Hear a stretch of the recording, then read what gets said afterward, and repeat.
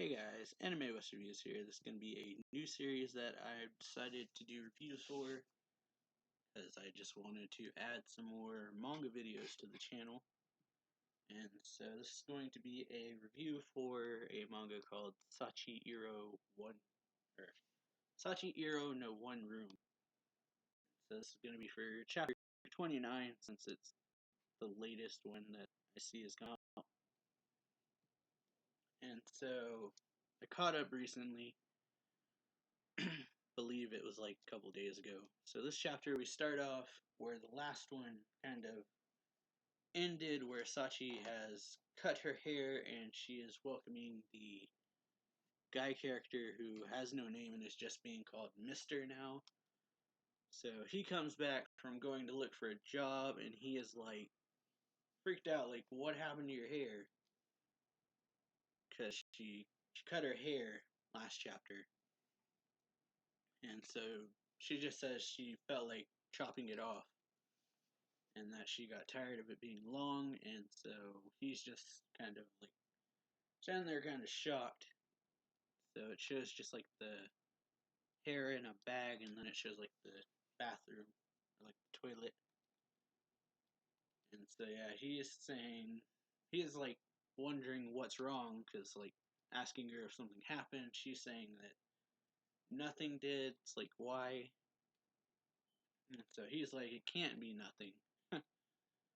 Because she has kind of seemed to have changed, because before he didn't care how she looked, and then she cuts her hair out of nowhere. So he's like, now that he thinks about it, since a couple chapters ago we saw her in the car and she saw like a lady who looked like her mom and it freaked her out. So now he's thinking that like he's like, now that I think about it, she was acting strange when I left her alone in the car. So then he's just like, hey, Sachi, look at all this junk lying around. Something definitely must have happened. And that he's like worried about her, saying like, tell me if something's wrong. Because she has never done this before, and then she just starts saying, I'm sorry, over and over and over. You get a 2-page spread of just her saying, I'm sorry. And then she's like, you're mad, aren't you? I must have done something wrong. And so she's just like, I'm begging you, I want to continue this life together. It's like, doesn't want to go back home, so she's like, I promise I'll clean everything up, I'll be good. And so she's just like, please don't abandon me. So he's just like, hey, calm down, no one's mad. And she's like, I also don't plan on ending how they've been living together. She's like, we made a promise, right? And he's saying, what happened while I was gone? And then once again she says nothing happened. And so yeah, he is clearly like kind of rattled by it. And so he's just like, I'm sorry for yelling, and she's like, that's okay. And you see how her like speech bubble seems to have like changed now, where it's all shaky looking. Might just be the translators doing that though. And so yeah, he says that he got some rice balls for dinner, and she's like, pick whichever you like. And then he's like looking at her and he's thinking Sachi was more indifferent before. She dealt with every problem as if it wasn't her own. Even the incident with her teacher didn't make her lose her senses. So then he's just like trying to figure out like what caused this change. Like, so he's thinking, was it because he told her his true feelings? And then he's like, no, it isn't like her to be affected by someone else's feelings. So then he kind of figures that something inside herself has changed. And so yeah, you see her like looking at the rice balls, just saying, what should I pick? What should I pick? Like indifference, I guess. And so then he calls his work the next day saying, I know this is sudden, but I don't think I can take this job. Or he says he doesn't feel like he can take the job for various reasons, and so like yeah, sorry for the trouble.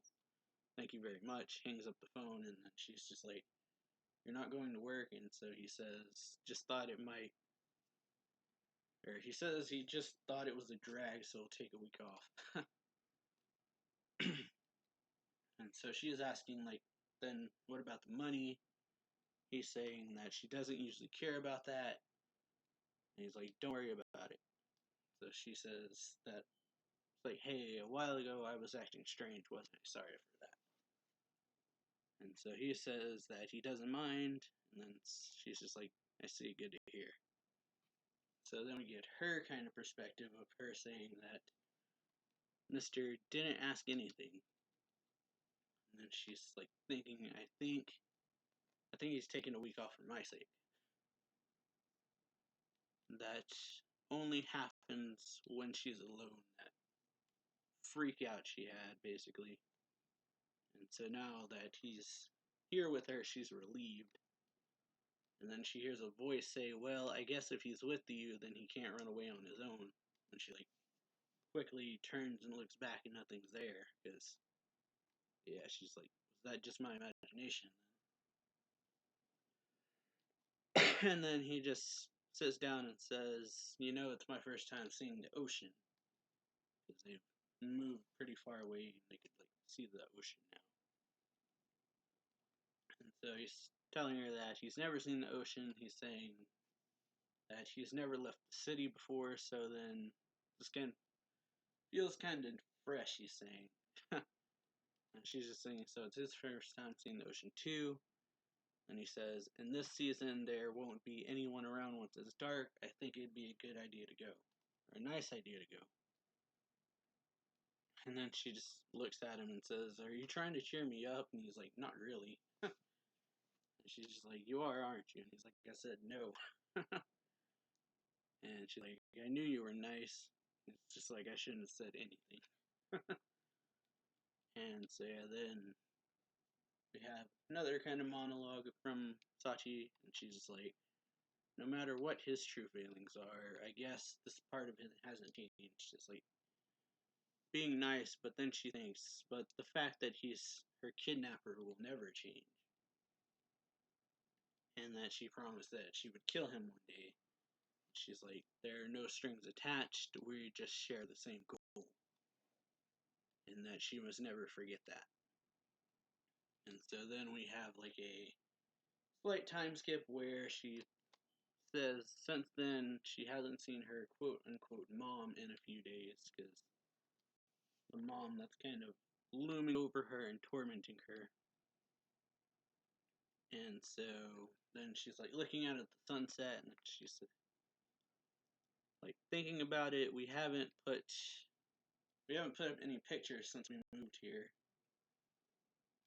And then she's just like, of course we need to be prepared to leave at any moment.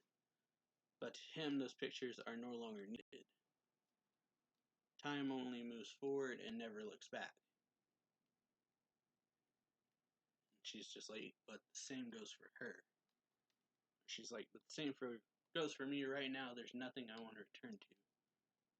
And like the doorbell rings, he tells her to go hide in the closet because he doesn't know who it is. And yeah, he answers the door, and the person there is just like, hello, I just moved in next door. And the audience, us, knows who it is because his name is Matsubase, and he says that it's a pleasure to meet you. And we know that he is the detective that is trying to find her, basically. Or the detective trying to find Sachi, but he's also kind of like curious as to what it is between the two of them because we know, or he knows that there's something odd about them.